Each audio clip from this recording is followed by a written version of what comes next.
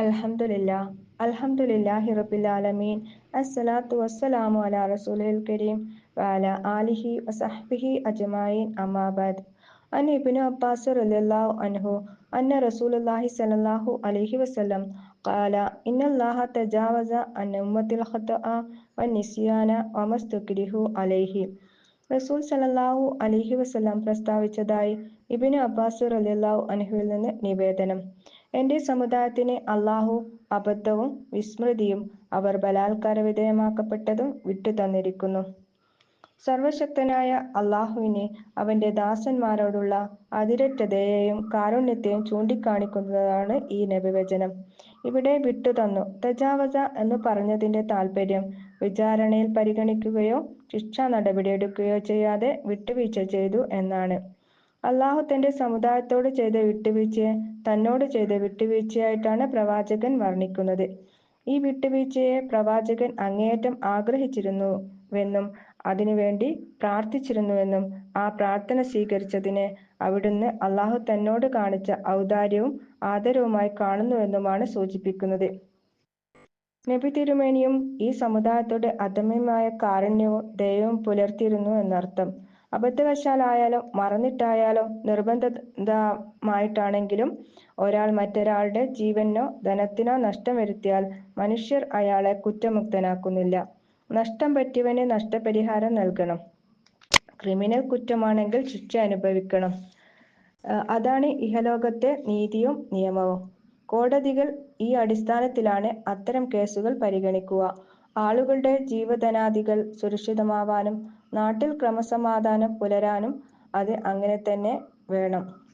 എന്നാൽ പരലോകത്തെ അല്ലാഹുവിന്റെ കോടതിയിൽ മനഃപൂർവമായിട്ടല്ലാതെ അബദ്ധവശാലോ വിസ്മൃതിയിലോ നിർബന്ധിതാവസ്ഥയിലോ ചെയ്തുപോയ തെറ്റുകുറ്റങ്ങളെ വിചാരണയിൽ നിന്നും ശിക്ഷാവിധിയിൽ നിന്നും അവൻ ദാക്ഷിണ്യപൂർവം ഒഴിവാക്കുന്നു. ആളുകളെ എങ്ങനെയെങ്കിലും ശിക്ഷിക്കുക എന്നതല്ല, പഴുതുള്ളിടത്തോളം അവരെ ശിക്ഷയിൽ നിന്നും രക്ഷിക്കുക എന്നതാണ് അല്ലാഹുവിന്റെ രീതി. അതുകൊണ്ട് സ്വമനസ്സാ ഉദ്ദേശിക്കാതെ ചെയ്തുപോയ തെറ്റുകളെ അറിഞ്ഞുകൊണ്ട് ചെയ്തതല്ല എന്ന കാരണത്താൽ അവഗണിച്ചുകൊണ്ട് ശിക്ഷാ നടപടികളിൽ നിന്ന് ഒഴിവാക്കുന്നു. മൂന്നവസ്ഥയിലുള്ള കുറ്റങ്ങളാണ് അല്ലാഹുവിന്റെ വിട്ടുവീഴ്ചയ്ക്ക് വിധേയമാവുക. ഒന്ന്, അബദ്ധവശാൽ ചെയ്തുപോകുന്നത്. ഖതഅ് എന്ന മൂലപദത്തിന് അബദ്ധം, പിശക്, തെറ്റ്, കുറ്റം എന്നൊക്കെ അർത്ഥമുണ്ട്.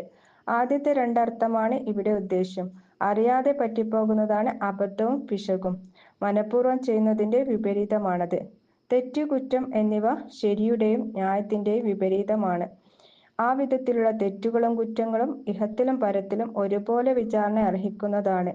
ഒരാൾ തനിക്ക് അവകാശപ്പെട്ടതാണ് എന്ന് ധരിച്ചുകൊണ്ട് ഒരു ധനം കൈവശപ്പെടുത്തി എന്ന് വെക്കുക. യഥാർത്ഥത്തിൽ അത് മറ്റൊരാൾക്ക് അവകാശപ്പെട്ടതായിരുന്നു എങ്കിൽ അയാൾക്ക് അബദ്ധം പറ്റിയതാണ്. ഇത്തരം അബദ്ധങ്ങളാണ് വിട്ടുവീഴ്ച ചെയ്യപ്പെടുന്നത്. എന്നാൽ അന്യന്റേതാണെന്ന് അറിഞ്ഞുകൊണ്ട് തന്നെയാണ് ഒരാൾ ആ വസ്തു കൈവശപ്പെടുത്തുന്നതെങ്കിൽ അത് അബദ്ധമല്ല, കുറ്റം തന്നെയാണ്. ഖുർആൻ പറയുന്നു, അൽ അഹ്സാബ് 5-ാമത്തെ വചനത്തിൽ, നിങ്ങൾക്ക് അബദ്ധം പറ്റിയതിൽ നിങ്ങളുടെ പേരിൽ കുറ്റമില്ല, പക്ഷെ നിങ്ങൾ മനഃപൂർവം ചെയ്തിട്ടുള്ളതിൽ നിങ്ങൾ കുറ്റവാളിയാകുന്നു എന്ന്. വിസ്മൃതി മൂലം ചെയ്തവയാണ് വിട്ടുവീഴ്ച ചെയ്യപ്പെടുന്ന രണ്ടാമത്തെ കുറ്റങ്ങൾ. നിങ്ങൾ ഒരാൾക്ക് ഒരു കടമുണ്ടെന്ന് വെക്കുക, തിരിച്ചു കൊടുക്കേണ്ട അവധി എത്തിയപ്പോൾ അത് മറന്നുപോയി, അല്ലെങ്കിൽ ഒരു നമസ്കാരത്തിന്റെ സമയത്ത് അത് നിർവഹിക്കാൻ മറന്നുപോയി. ഇത്തരം തെറ്റുകൾ മാപ്പാക്കപ്പെടും. എന്നാൽ പിന്നീട് അത് ഓർമ്മ വന്നാൽ ഉടനെ നിർവഹിക്കണം.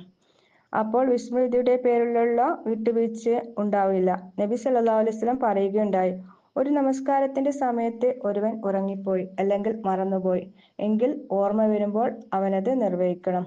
അതല്ലാതെ അതിന് വേറെ പ്രായശ്ചിത്തമില്ല. വിസ്മൃതി മൂലമോ അബദ്ധവശാലോ ചെയ്യുന്ന തെറ്റുകുറ്റങ്ങൾ വിട്ടുവീഴ്ച ചെയ്യപ്പെടുന്നത് പരലോക വിചാരണയിൽ മാത്രമാണെന്ന് കർമ്മശാസ്ത്ര പണ്ഡിതന്മാർ വിശദീകരിച്ചിട്ടുണ്ട്.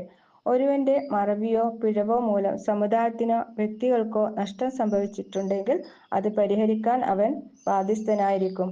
അത് വ്യക്തമാക്കിക്കൊണ്ട് ഖുർആൻ പറയുന്നു, ഒരുവൻ അബദ്ധവശാൽ ഒരു വിശ്വാസിയെ കൊന്നാൽ അവൻ പ്രായശ്ചിത്തവും നഷ്ടപരിഹാരവും ചെയ്യേണ്ടത് നിർബന്ധമാകുന്നു. സൂറ നിസായിലാണ് ഈ ആയത്തുള്ളത്.